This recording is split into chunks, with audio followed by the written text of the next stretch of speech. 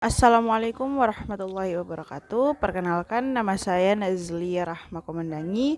Pada video kali ini saya akan menjelaskan tentang apa itu RAN, apa itu CARD, apa itu riba, dan juga apa yang dimaksud dengan ARIA. RAN secara etimologi berarti tetap dan lama, yakni pengekangan dan keharusan. Sedangkan secara terminologi yaitu penahanan terhadap suatu barang sehingga dapat dijadikan sebagai pembayaran dari barang tersebut. RAN itu hukumnya jais atau boleh. Di dalam Al-Quran itu dijelaskan pada Quran Surah Al-Baqarah ayat 283 yang artinya apabila kamu dalam perjalanan dan bermuamalah tidak secara tunai, sedang kamu tidak memperoleh seorang penulis, hendaklah ada barang yang dipegang.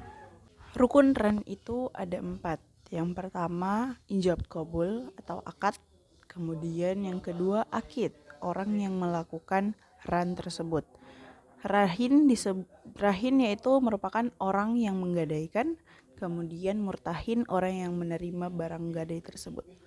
Kemudian yang ketiga itu ada barang yang dijadikan sebagai jaminan. Syarat RAN itu ada 3 pula. Yang pertama, akid.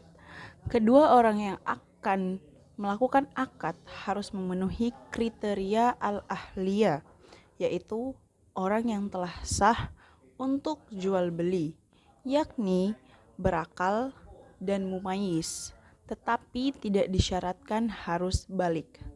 Kemudian yang kedua itu ada sigat. Sigat dalam RAN tidak boleh memakai syarat atau dikaitkan dengan sesuatu. Kemudian yang ketiga yaitu ada marhum bih atau hutang, yaitu hak yang diberikan ketika melaksanakan RAN dengan syarat berupa hutang yang tetap dan dapat dimanfaatkan. Utang harus lazim pada waktu akad. Hutang harus jelas dan diketahui oleh rahin dan juga murtahin. Selanjutnya saya akan membahas tentang apa yang dimaksud dengan CARD, dasar hukum CARD, rukun CARD, dan juga syarat-syarat CARD. CARD merupakan pemberian pinjaman kepada orang lain yang dapat ditagih atau dikembalikan segera tanpa mengharapkan imbalan dalam rangka tolong-menolong. Dengan kata lain, uang pinjaman tersebut kembali seperti semula tanpa penambahan ataupun pengurangan dalam pengembaliannya. Dasar hukum CARD. Dasar hukum CARD itu terdapat pada Quran Surah Al-Hadid ayat 11 yang artinya, siapakah yang mau meminjamkan kepada Allah pinjaman yang baik, maka Allah akan melipat gandakan balasan pinjaman itu untuknya dan dia akan memperoleh pahala yang banyak. Dalam hadis riwayat Ibnu Majah juga dijelaskan bahwa Ibnu Mas'ud meriwayatkan bahwa Nabi SAW berkata, bukan seorang muslim mereka yang meminjamkan muslim lainnya 2 kali kecuali yang satunya yaitu senilai dengan sedekah. Hadis riwayat Ibnu Majah. Rukun CARD itu terdiri atas 4. Yang pertama yaitu pihak peminjam atau muqtarid. Kemudian yang kedua yaitu pihak memberi pinjaman atau muqrid. Kemudian barang yang dipinjamkan yang disebut dengan muqtarad. Kemudian yang keempat yaitu ijab qabul atau sighat. Syarat-syarat CARD. Yang pertama yaitu akad CARD dilakukan dengan sigat ijab qabul atau bentuk ian yang dapat menggantikannya, seperti muatah atau akad dengan tindakan saling memberi dan saling mengerti. Kemudian yang kedua yaitu kedua belah pihak yang terlibat akad harus cakap hukum atau berakal, balik, dan tanpa paksaan. Kemudian yang ketiga yaitu menurut kalangan Hanafiyah, harta yang dipinjamkan haruslah harta yang ada padanannya di pasaran atau padanan nilainya atau mitsil. Kemudian yang keempat yaitu ukuran, jumlah, jenis, dan kualitas harta yang dipinjamkan harus jelas agar mudah untuk dikembalikan. Selanjutnya saya akan membahas apa yang dimaksud dengan riba, kemudian dasar hukumnya, macam-macamnya, dan juga ilat hukumnya. Riba menurut bahasa berasal dari kata ziyadah yang artinya yaitu tambahan. Dalam Al-Quran, riba memiliki pengertian penambahan yang diambil tanpa adanya transaksi, pengganti, atau penyeimbang yang dibenarkan oleh syariah. Secara syariat, riba adalah tambahan pada hal-hal tertentu dan tambahan atas nilai pokok hutang sebagai imbalan dari tambahan batas waktu secara mutlak. Dasar hukum riba terdapat pada Quran Surah Ali Imran ayat 130 yang artinya, hai orang-orang yang beriman, janganlah kamu memakan riba dengan berlipat ganda dan bertakwalah kamu kepada Allah agar beruntung. Macam-macam riba. Yang pertama yaitu ada al-qard atau riba akibat praktik utang piutang yang disyariatkan adanya tambahan pada pengembalian dengan konsekuensi waktu. Kemudian yang kedua ada al-fadl, yaitu riba yang terjadi karena ada tindakan jual beli atau pertukaran barang sejenis dengan berbeda takaran ataupun kadar.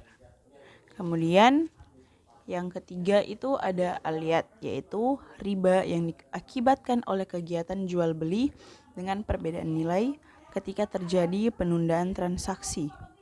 Dengan kata lain, pada saat transaksi tidak ada ketegasan terhadap nominal pembayaran dan tak ada kesepakatan mengenai kapan serah terima barang.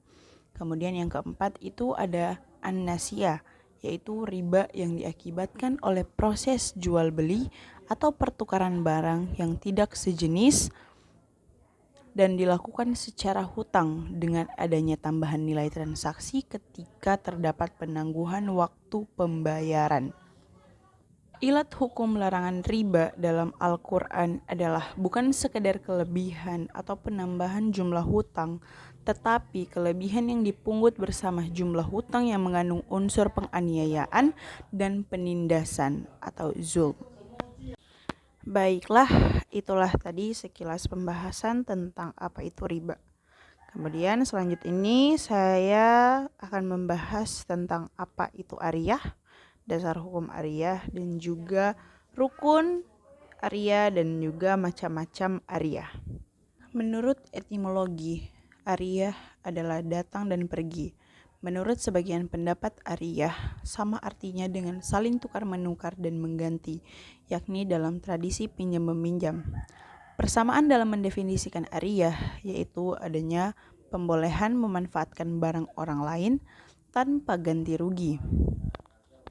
Kemudian, dasar hukum ariyah terdapat pada Quran Surah Al-Maidah ayat 5 yang berbunyi, tolong menolonglah kamu dalam mengerjakan kebajikan dan takwa, dan jangan tolong menolong dalam berbuat dosa dan pelanggaran, dan bertakwalah kamu kepada Allah.